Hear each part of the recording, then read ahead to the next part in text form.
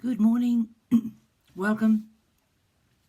It's a very, very wet, blustery morning this morning, and it's another Saturday. I don't know where the weeks go, and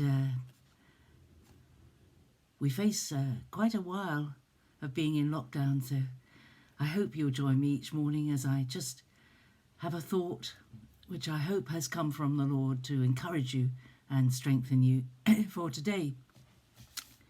God is a God of today.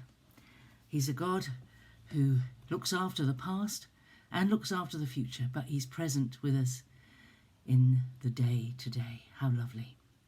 So I'm thinking about the verse in James 1, verse 2 and 3 and 4, I suppose, 2 to 4. Count it all joy, my brethren, when you meet various trials, for you know that the testing of your faith produces steadfastness. Let steadfastness have its full effect, that you may be perfect and complete, lacking in nothing. That's what it says in my Revised Standard Version. And in my Good News Bible, which is quite an old one now, but I do like the Good News for expressing things in a simpler way, a different way. He says, "My brothers and sisters, consider yourselves fortunate when all kinds of trials come your way. For you know that when your faith succeeds in facing such trials, the result is the ability to endure. Make sure that your endurance carries you all the way without failing, so that you may be perfect and complete, lacking nothing." It's a lovely passage. It's a passage to think about, and perhaps read it in several different translations and paraphrases as you ponder it. But it's this phrase, count it all joy, or consider it joy. Count it all joy. Consider yourselves fortunate when all kinds of trials come your way. And I don't think anyone can doubt that what we're going through at the moment is a trial. It's a trial of our endurance. It's a trial of our character. It's a trial of our thinking process. It's a trial in many, many ways. And it is something to actually not do what is said on a lot of the media, and that is how awful it is and how terrible it is, but actually to see how God is using what is happening to us all to bless us, to give us time with him, to increase our ability to hear from him, because we spend more time with him. We're less occupied with all the other things that we used to do, all the comings and goings and all these other things. And we find ourselves more able to listen to him, having more time with him. But instead of saying, isn't this COVID thing awful, we should consider it joy.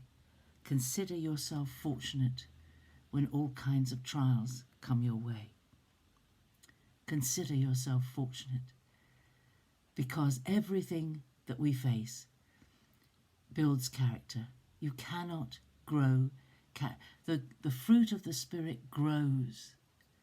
The work of the Spirit in our lives has to have time to take effect.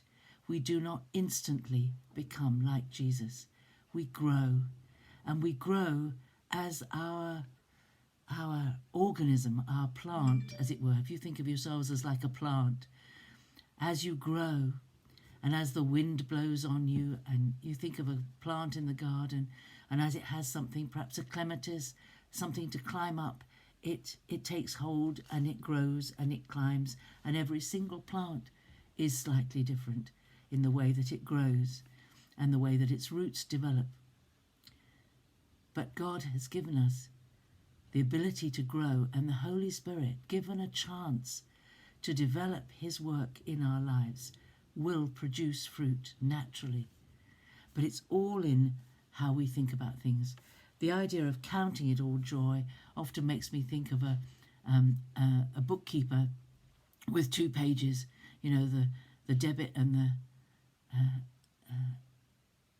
the positive and the negative, the debit and the credit. The debit and the credit, And in accounting, it's very easy to see whether something is a credit or a debit. If you've bought something, you've paid out the money, it's debited from the account. If someone gives you money, it's credited to your account. But we are told that this thing that looks negative, we are to credit it to the positive, to the credit side, not the negative side, because God is using it and allowing us to experience it, so that as in the good news it says here, for you know that when your faith succeeds in facing such trials, the result is the ability to endure.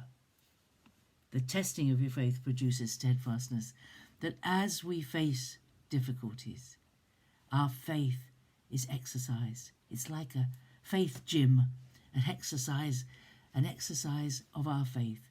And as a result of that exercise, our faith becomes stronger.